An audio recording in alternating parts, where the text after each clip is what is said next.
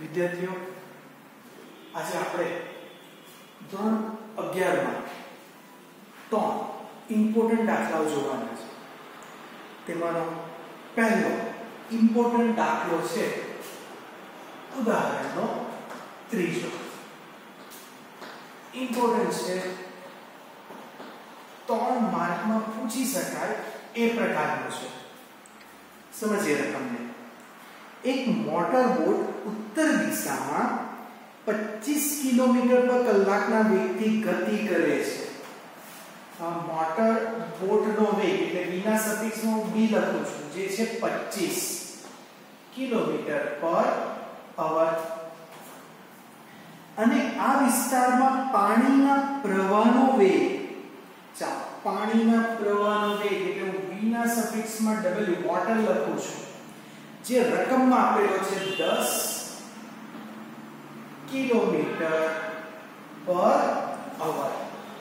જોજો પર્ટિક્યુલર આપણને કહેવામાં આવેલું છે કે જે બોટ છે તે ઉત્તર દિશામાં જાય છે અને પાણીના પ્રવાહનો વેગ 10 કિલોમીટર પર કલાક છે.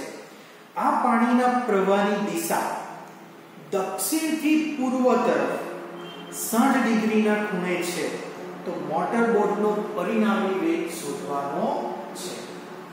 ચાલો હવે આપણે સાથે સાથે જરાક આકૃતિ ઉપર ધ્યાન આપીએ તો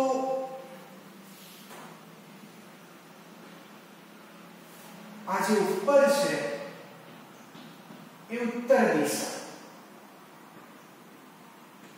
આ દક્ષિણ,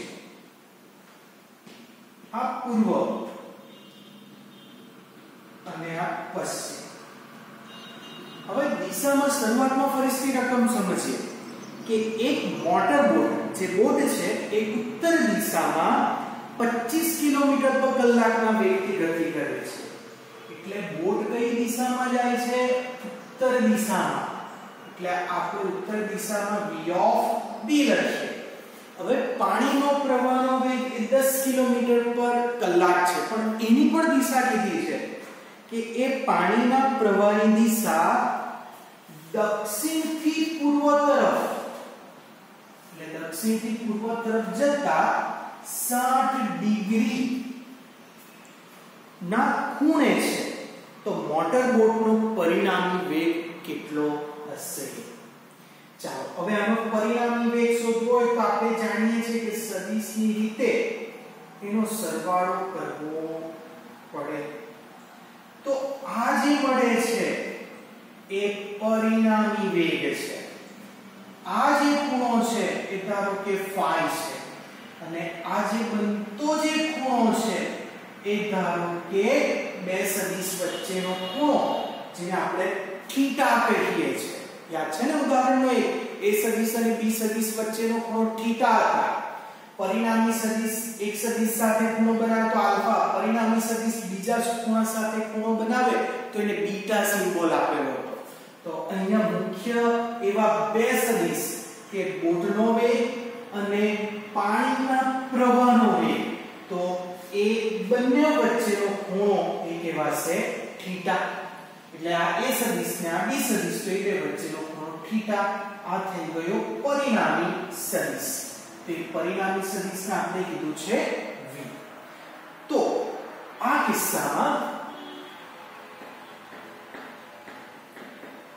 જો પરિણામી વેગ શોધવો હોય તો v બરાબર વર્ગમૂળમાં, સૂત્ર યાદ જ હશે કે r બરાબર વર્ગમૂળમાં a સ્ક્વેર વત્તા b સ્ક્વેર વત્તા 2ab cos થીટા.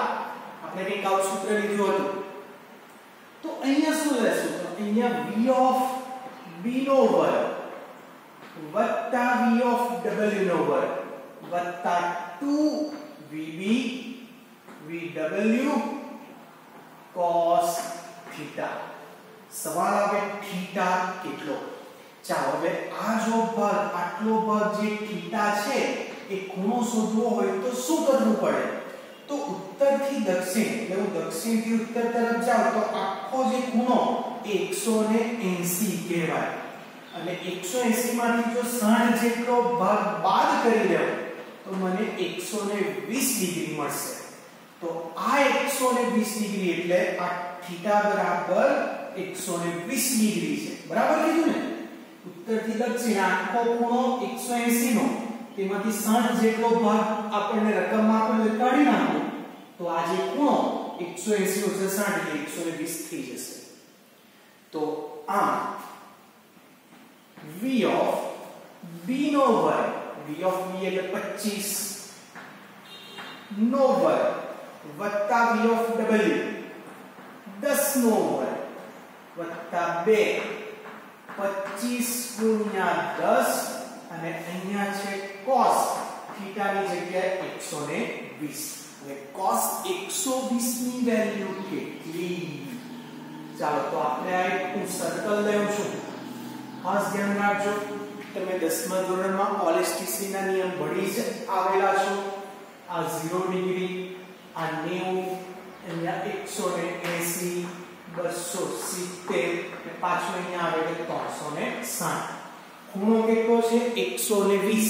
120 એટલે કે 90 ને 180 ની વચ્ચે છે. તો આપણે આટલો જે ખૂણો છે એ 120 સમજીએ. હવે અહીંયા all s t c ના નિયમમાં અહીંયા જે sin નું ચરણ છે આપણી પાસે તો આ cos છે. બરાબર? ચાલો હવે કરવા શું માંગીએ તે આપણે પહેલા એ cos સિવાયની તો બધી પદ વેલ્યુ પહેલા બતાવીએ.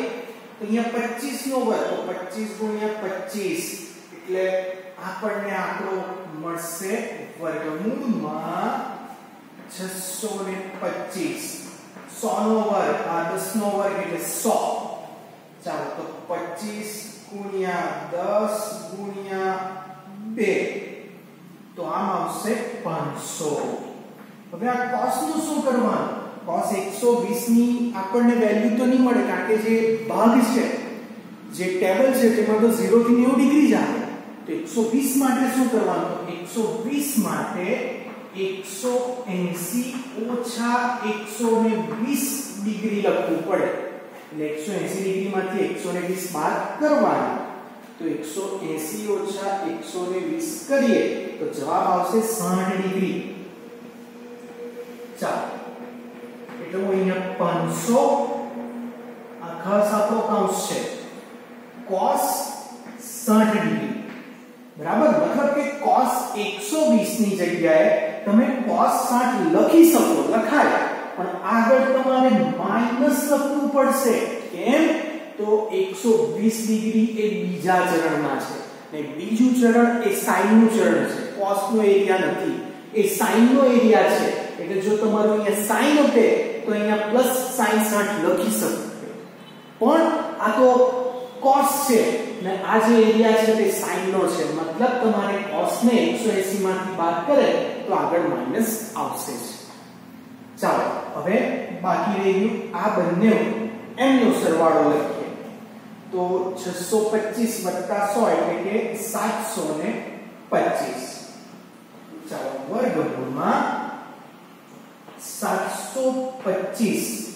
ચાલો 500 ગુણ્યા cos 60. હવે તમે cos 60 લેવો તો cos 60 ની વેલ્યુ આવે છે 1/2. તો બરાબર વર્ગમૂળમાં 725 ઓછા 500 ભાગ્યા 2 એટલે આવશે 250. તો આમ 725 ઓછા 250 તો જવાબ છે વર્ગમૂળમાં 475. તો આમ ફાઇનલી જો વર્ગમૂળ કરીએ તો આપણને જવાબ આવશે 21.8. તો આ પરિણામી વેગ મળી ગયો અને આ બધાનો એકમ કિલોમીટર પર કલાક એટલે આનો જવાબ p કિલોમીટર પર કલાક. વિદ્યાર્થીઓ આ ખાસ સમજો, આ ખાસ સમજવા જેવું છે. આ તમે એક તો મેથ્સ માં ભણીને જ આવેલા છે 9-10 માં એટલે વાંધો નહીં, પણ કેવી રીતના ચેન્જ કર્યું? તો આ cos 120 એ તમને ધ્યાન છે ને કે બે સદિશ છે આપણા vb અને vw. પેલા અત્યાર સુધીમાં આપણે a અને b સદિશ માટે વાત કરતા.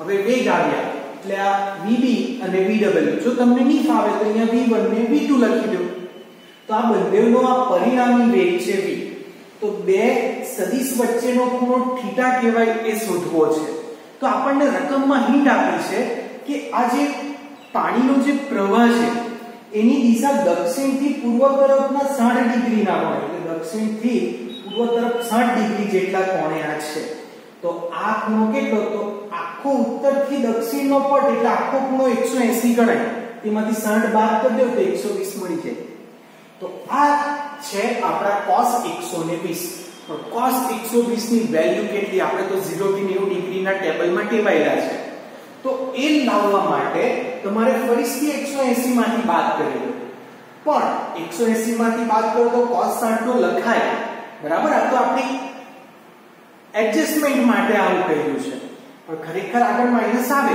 કારણ કે cos 120 ડિગ્રીનો આ જે ખૂણો બને એ 0 થી લઈને sin વાળા ચરણમાં 120 થશે જો અહીંયા sin હતે તો અહીંયા sin 60 sin 120 હતે તો અહીંયા sin 60 લખે કઈ વાંધો નહીં આવતે પણ આ તો sin નું ચરણ અને આપણે લીધો cos છે સૂત્રમાં cos આવે એટલા માટે તો માટે cos 120 ની વેલ્યુ -cos 60 થાય બરાબર કારણ કે ચરણ આ કયું છે sin નું છે એરિયા sin નો છે cos નો હતે તો વાંધો નહીં હતે પણ આ sin નો છે માટે આ માઈનસ છે તો આમ cos 60 ની વેલ્યુ એ 1/2 તો આમ કેલ્ક્યુલેશન કરતા આપણને વેગ એ 21.8 કિલોમીટર પર કલાક મળે છે વિદ્યાર્થીઓ હવે રકમમાં જરા કીધું નથી પણ શોધવાનું છે કારણ કે બુકની પાછળનો એવો એક જવાબ આપેલો છે રકમમાં એમ કહે છે કે આ જે બોટ છે બોટ જે ઉત્તર દિશામાં જાય છે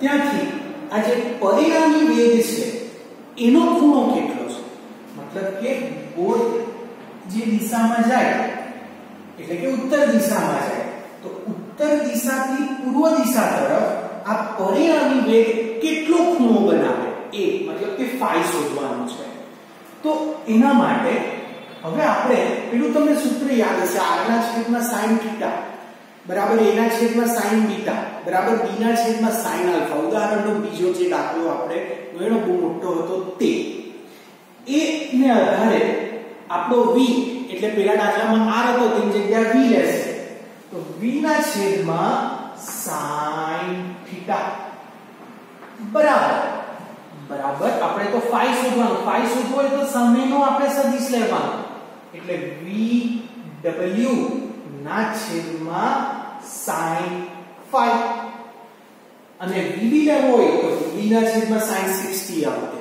પણ આપણે તો phi શોધવાનો છે ને એટલા માટે મેં vw છેદમાં phi vw છેદમાં sin phi લીધો કારણ કે phi શોધવાનો છે તો માટે sin phi બરાબર સૂત્રનો કરતા બનાવો તો vw ના છેદમાં v બરાબર ને આ v ના છેદમાં આવશે ગુણ્યા sin θ ચાલો vw